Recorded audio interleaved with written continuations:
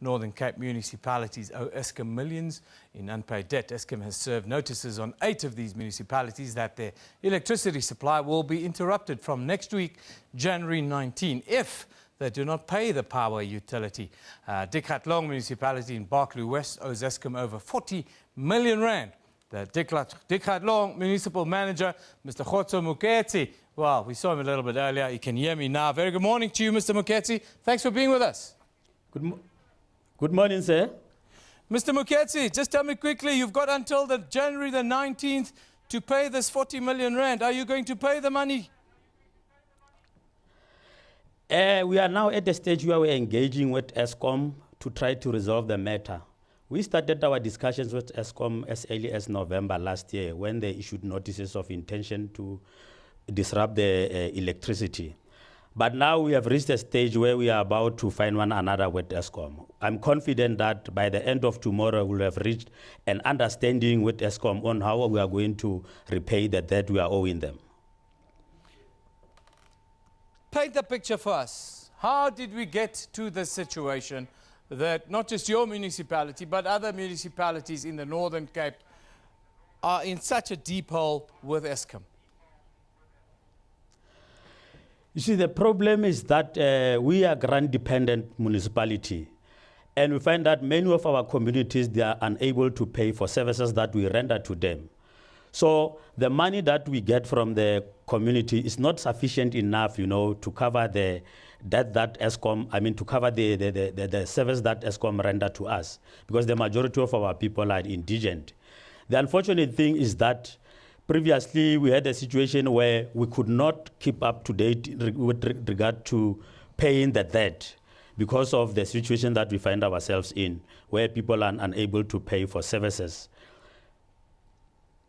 Next week is a deadline that looms rather large. If you don't pay the monies, and it's not just yourself, if you don't pay these monies by next week, what contingencies do you have in place? And what comfort do you have for those people living in your municipality? As a municipality, we are very positive that, like I said earlier, by tomorrow we'll have reached an understanding with Eskom on how we are going to repay the debt. It will be in the interest of both Eskom and the community, as well as the municipality, that this matter is resolved once and for all. But for us as a municipality, we want to enter into an arrangement that is both sustainable and affordable to us. And like I said, we are now engaging with them, and hopefully by tomorrow we'll have reached an understanding. But I'm quite confident that there will not be any disruptions because the discussions are progressing well with Eskom. Give us a little bit more detail of the kind of arrangement that you are thinking of pitching to Eskom, or that you want to put forward. Okay, firstly, we'll want to agree with Eskom that we'll pay the debt over a period of 48 months. And for the overdue account, the interest must be suspended, and then we'll, from month to month, pay the current account. And it will stick to that particular arrangement, will not default. And this is something that we must agree on with Eskom. So once we have agreed on that, I think we'll be able to deal with this particular matter. But it must be something that is affordable to the municipality. Last week, the court ruled in Eskom's favor that you have to pay. A week later, you still say you're talking about coming to terms and agreements with Eskom and so forth, and you're confident. But the court has already ruled against you, so it sounds a little bit difficult for you. No. We definitely agree with Judge Hans Fabricius. We have an obligation to Eskom because Eskom is rendering a service to us. We must also, on the other hand, adhere to the agreement with Eskom. So this thing, we'll need to agree that we want a win-win situation where ourselves as a municipality and Eskom agree on how we're going to resolve this particular matter. But I'm confident that come tomorrow, we'll have resolved this matter. Now, what happens to those if this matter is not resolved? Now, you tell us you're confident. I understand your confidence that you have, but this matter could be unresolved next week. What happens if the matter is unresolved next week and power is cut, and there's clear intention from Eskom to cut the power. What about essential services, for instance, hospitals? We have advised consumers, businesses, to put mechanisms in place in an event where power will be cut. So we have been engaging with everybody, all the relevant stakeholders in this regard. So in case of hospitals, prisons and the likes, we have engaged with them to say that they must put precautionary measures in place in an event where power will be cut.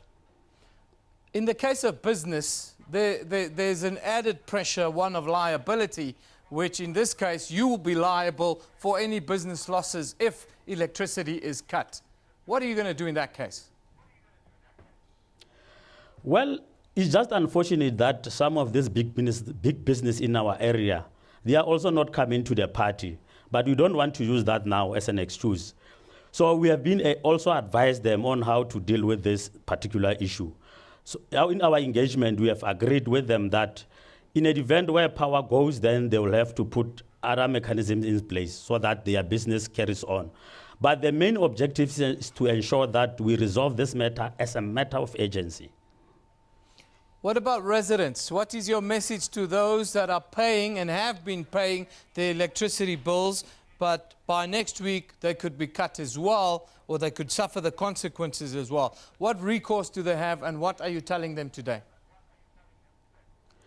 The only thing that we can say is that we want to encourage our people to pay for services. It's just unfortunate that, the majority of our people are not paying for services. So what it means is that we need to go back to the drawing boards and ensure that our credit policy is implemented to the latter, and there should not be any interference in the implementation of that credit control. But I want to assure our communities that very soon we'll reach an understanding with Eskom. That's the message that we want to convey to them. And what's been your discussions then with the Northern Cape local government thus far? Yeah, we have the department, that is the provincial COGTA, provincial treasury, as well as national departments. They've been assisting in this regard, as well as SALGA.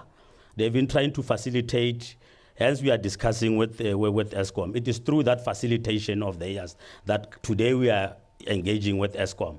So they have been assisting as well in this whole situation. Mr. Moeketsi, thank you very much for joining us today and being so frank in answering the difficult questions we put to you. Thank you very much. That's Kgotso Moeketsi. He is the Dikgatlong Municipal Manager in the Northern Cape. That's Barkley West for those of you that live there or who have driven past over the last month or so during your treks around the country. Kgotso Moeketsi is the municipal manager. They owe Eskom around 40 million rand, but they're not the only one. There are 8 other municipalities that are deep in the hole